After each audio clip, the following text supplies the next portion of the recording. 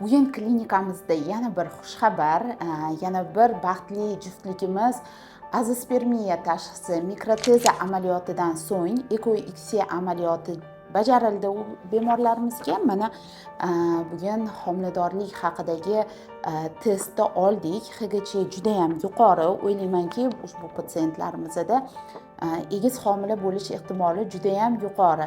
Qani unda hali o'zlarini xabarlari yo'q. Tabriklagani va xushxabar bilan bo'lishgani ketdik. Maftuna javobi chiqdi. Tabriklayman, homiladorsiz. Tabriklayman.